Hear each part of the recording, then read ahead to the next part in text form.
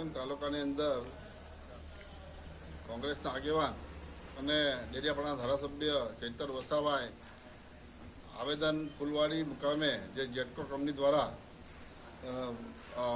જે power house મંજૂર કરવામાં સરકારશ્રી દ્વારા મંજૂર કરવામાં આવ્યું હતું, પણ મને એવું લાગે છે કે ડેડિયાપાડાના ધારાસભ્ય શ્રી ચૈતર વસાવાને ઝઘડિયા વિધાનસભાની અને નેત્રંગ તાલુકાની અંદર ઘાણીકુટ ગામે પહેલી વાત તો અમને પૂરતી માહિતી છે નથી, એટલે તેઓ પૂરતી વાતની માહિતી લઈને અહીંયા ગાડી આવે અને તેઓ એવું કહેતા હતા કે આવેદનપત્રની અંદર કે 12 હેક્ટર જેટલી જમીન આવેલી છે. પણ મારે ચૈતરભાઈને કહેવું છે, ચૈતરભાઈ તમે પહેલાં જુઓ કે શેરખાન પઠાણ તમને બોલાવે છે અને તમે અહીંયા ચાલ્યા આવો છો, એટલે ચૈતરભાઈ તમે 12 હેક્ટર જેટલી જમીન નથી, કંઈ 35 થી 36 હેક્ટર જેટલી જમીન ત્યાં ગાડી આવેલી છે.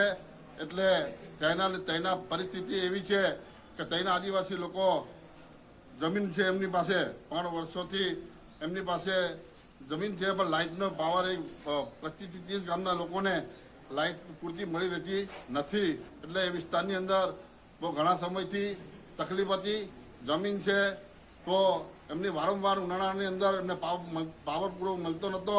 એના અનુસંધાનમાં અહીંના લોકોએ અને ગ્રામ પંચાયતે જે પ્રક્રિયા કરીને ઠરાવ કરીને મોકલ્યું છે અને ઠરાવના પ્રક્રિયાના ભાગરૂપે એને કલેક્ટરશ્રી દ્વારા મંજૂર કરવામાં આવી છે અને જે કાગળની વિધિવત રીતે કામગીરી પૂરી કરવામાં આવી છે અને ત્યાંના લોકોના 20 થી 25 ગામના લોકોને સારી એવી વીજળી મળશે.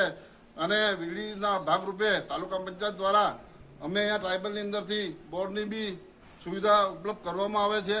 એટલે ત્યાંના લોકોની પરિસ્થિતિ, ખેડૂતોની પરિસ્થિતિ અને ત્યાંના લોકોની આર્થિક પરિસ્થિતિ સારામાં સારી રીતે થાય એવો અમારો ભારતીય જનતા પાર્ટીનું અમારું શાસન છે. શાસનની અંદર સારી એવી કામગીરી છે, પણ મને એ લાગે, ચૈતરભાઈને એવું લાગે છે કે આદિવાસી સમાજના લોકોને આ વીજળી મળે તો એ સારું કે નહીં, એ મારે ચૈતરભાઈને પૂછવું છે.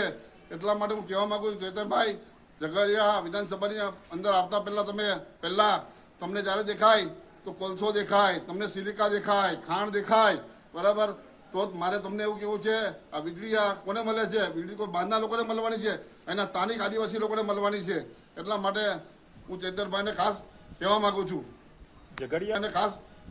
છું, ઝઘડિયા મત વિસ્તાર તો ચૈતરભાઈ એમના હું એવું માનું છું કે ચૈતરભાઈ એક ધારાસભ્ય તરીકે ચૂંટાયા છે, તો ડેડિયાપાડાના ધારાસભ્ય તરીકે તેઓ ચૂંટાયા છે. તો મારે એવું કહેવું છે કે તમે ડેડિયાપાડાના લોકોની તમે ચિંતા કરો, ત્યાંના લોકોને તમે સુવિધા ઉપલબ્ધ કરો, પછી તમે અહીંની વિધાનસભાની અંદર અમે ધારાસભ્ય તરીકે અમને પણ મત આપ્યા છે અને અમે પણ ચૂંટાયા છે.